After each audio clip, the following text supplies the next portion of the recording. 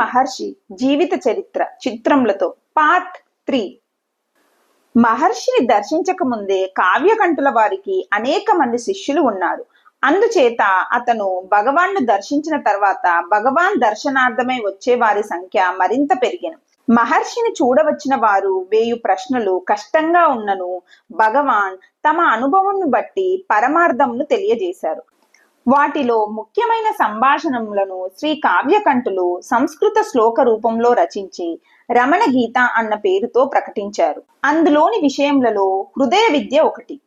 హృదయమునకు మనసునకు గల సంబంధము, మనసును నియమించు మార్గము ఆ విద్య వివరించును. శ్రీ భగవాన్తో కావ్యకంఠులకు కలిగిన సంబంధము అనేక విధముల ప్రాముఖ్యతను వహించినది. 1908లో కావ్యకంఠులకు కలిగిన ఒక అనుభవంను 1929లో అతను భగవాన్కు చెప్పగా భగవాన్ కూడా అది నిజమని తమ అనుభవాన్ని వర్ణించారు.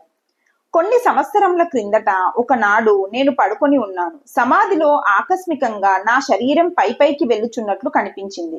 క్రిందనున్న వస్తువులన్నీ చిన్నవై చివరకు అదృశ్యమైనవి. నాకు నలువైపులా అనంతముగా కన్నులు చెదురు కాంతి తప్ప మరేమీ లేదు. తర్వాత మెల్లగా దేహం క్రిందకు రావటం, పదార్థములన్నీ కనిపించటం జరిగింది. అప్పుడు నేను జాగ్రత్త అవస్థలో ఉన్నాను కాబట్టి సిద్ధ పురుషులు ప్రత్యక్షమగుట అదృశ్యమగుట ఈ విధంగానే అని అనుకున్నాను. తిరువత్తియూర్ నాకు తెలియకపోయినను నేను అప్పుడు తిరువత్తియూర్లో ఉన్నట్లు తోచింది. ఒక పెద్ద వీధిలో నడిచి వెళ్తున్నాను. దానికి కొంచెం దూరంలో ఒకవైపు గణపతి దేవాలయం ఉంది. నేను లోపలికి వెళ్ళాను. కానీ నేనేమి చేశానో, ఏమి మాట్లాడానో, ఏ విధంగా తిరిగి విరూపాక్ష గుహకు చేరుకున్నానో నాకు జ్ఞాపకం లేదు. ఇందులో దేవాలయ వర్ణన మహర్షి రావటం గణపతి శాస్త్రి గారు 1908లో నివసించిన ప్రదేశంనకు సరిగ్గా సరిపోయింది. అప్పుడు గణపతి ముని ఆ ప్రదేశంలో తపస్సు చేస్తూ ధ్యానంలో ఆటంకం ఏర్పడటంతో త్రోవ చూపుటకు మహర్షి చెంతన ఉంటే బాగుండునని అనుకున్నారట. వెంటనే మహర్షి లోపలికి రావటం చూసి సాష్టాంగపడి తిరిగి లేవబోవుచుండగా మహర్షి తన హస్తమును వారి శిరస్సుపై ఉంచారట. దీనిని కావ్యకంఠులు హస్తదీక్షగా భావించారు. కావ్యకంఠులు అప్పటి నుంచి ఎక్కడున్నా తరచూ తిరువణ్మలై వచ్చేవారు. 1922-29 సంవత్సరాల మధ్య కాలంలో మాత్రం వారు ఎక్కువగా తిరువణ్మలైలోనే మహర్షి కొంతకాలం నివసించిన చూత గుహలో నివసించారు. కావ్యకంఠులు మంచి ప్రజ్ఞావంతులు, మహాకవులు, గొప్ప విమర్శకులు. వారికి మహర్షి మీద ఉన్న భక్తి అపూర్వం. తమకున్న పాండిత్య శక్తులన్నీ గురువగు మహర్షి దయవలన లభించాయని చెప్పెదరు. ఎన్నో అద్భుతాలైన యోగ అనుభవాలు అతనికి కలిగేవి. 1922వ సంవత్సరం చూత గుహలో నివసిస్తూ గురు దర్శనం చేస్తుండే కాలంలో కపాల భేదము కూడా అనుభవమయ్యను. ఇటువంటి అనంత మానసిక ఆధ్యాత్మిక శక్తి కలిగిన అద్భుత జీవి కావ్యకంఠ గణపతి ముని. 1936 జూలై 25వ తేదీ గరఖ్పూర్ వద్ద నింపూరా అనే ఊరిలో తన ఐహిక జీవితంను చాలించారు. అప్పుడున్న భక్తులలో రామస్వామి అయ్యార్ ఒకరు. అతను అప్పుడు తిరువణ్మలై PWG ఓవర్సియర్ గా పనిచేస్తున్నారు. అతను మొదటిసారి మహర్షి దర్శనమునకు వచ్చినప్పుడు విశేషం ఏమీ జరగలేదు. కానీ త్వరలోనే మరల స్వామిని చూడవలనని తనకు కలిగింది. రెండవసారి భగవాన్ దర్శనమునకు అతను పెద్ద ఆవేగమునకు గురై స్వామి ఎదుట సాష్టాంగపడి, స్వామి, జీసస్ మొదలైన మహాత్ములు పాపులను ఉద్ధరించుటకే ప్రపంచమునకు వచ్చారు. నాకు మోక్షం కలుగునా అని ఆర్తితో అడిగారు. అవకాశం ఉన్నది అని వెంటనే ఆంగ్లంలో జవాబు వచ్చెను. రామస్వామి అయ్యార్ ఆనందముగా తాను వ్రాసుకున్న డైరీలో ఈ క్రింది విషయం ఉన్నది.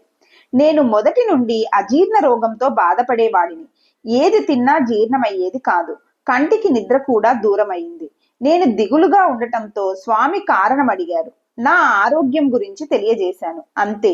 వేడిగా ఉన్న నా శిరస్సు భాగమంతా నిమిషంలో మెల్లగా చల్లబడెను.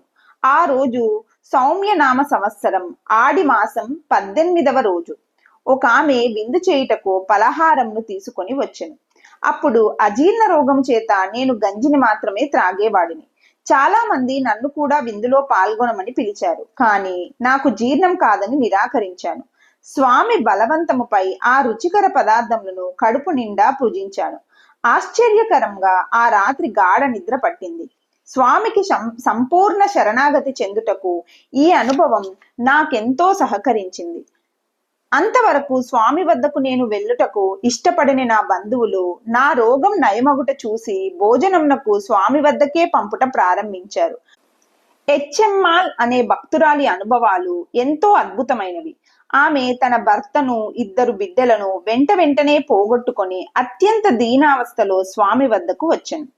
అంతకు ముందు తన దుఃఖంను భరించుట సాధ్యం కాకపోవడం చేత గోకర్ణ యాత్రకు వెళ్లి ఉత్తర భారతదేశంలోని అనేక మంది సాధువుల దర్శనం చేసుకున్నది. కానీ ఉపశమనం కలగలేదు. మహర్షి పేరు విని తిరువణ్మలై చేరి మహర్షిని దర్శించెను. మహర్షి నిశ్శబ్దంగా కూర్చొని ఉన్నారు. ఆమె కూడా ఏమీ మాట్లాడకుండా నిలబడి ఉన్నది. 1 గంట గడిచింది. ఆమె భావంలో అద్భుతమైన మార్పు వచ్చింది. అక్కడ నుండి కదలలేకపోయింది. సాయంత్రం అగుటచే అతి కష్టం మీద బయలుదేరిన తన బంధువులను కలిసి తన దుఃఖమంతా అదృశ్యమైందని, ఇది కరుణామయుడైన మహర్షుల అద్భుత శక్తి అని తెలిపి తిరువణ్మలైలోనే స్థిరంగా నివసింపసాగెను.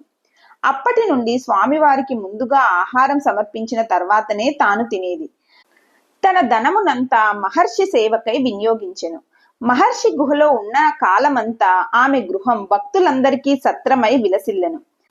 ఆమె ఆధ్యాత్మికంగా అభివృద్ధి చెంది ఎక్కువ కాలం ధ్యానమందే గడుపుచు 1945 డిసెంబర్ 26వ తేదీన సద్గతిని పొందెను. 1911లో మొదటిసారిగా FH హంఫ్రీస్ అనే యూరోపియన్ మహర్షి పట్ల ఆకర్షితుడయ్యను. అతను పోలీస్ డిపార్ట్మెంట్ లో అసిస్టెంట్ సూపరింటెండెంట్ గా పనిచేశాను. అతను పాశ్చాత్యుల రహస్య యోగ పద్ధతులు తెలిసినవాడు. చాలా మతాభిమాని. తాను పూర్వజన్మలో ఒక సిద్ధుల సంఘంనకు సంబంధించిన వాడను అనే విశ్వాసము గాఢముగా కలిగినవాడు. తర్వాత కొంతకాలంనకు ఉద్యోగం వదిలి రోమన్ కాథలిక్ సన్యాసిగా మారెను. హాంఫ్రీస్ కు మహర్షికి జరిగిన సంభాషణలో కొంత క్రింద ఉదాహరింపబడినది. హాంఫ్రీస్: స్వామి, ప్రపంచమునకు సహాయం చేయగలనా?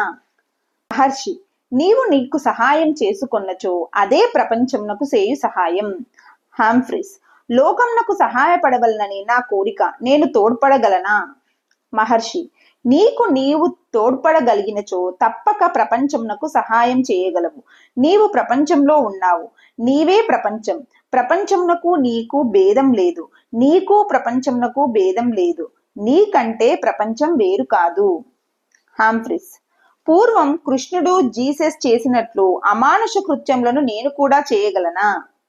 మహర్షి: ఆ పనులను చేయునప్పుడు వారిలో ఎవరైనా తాను ప్రకృతికి అతీతమైన పనులు చేయుచున్నామని ఎప్పుడైనా భావించారా? హాంఫ్రీస్ కొంత ఆలోచించి, లేదు స్వామి.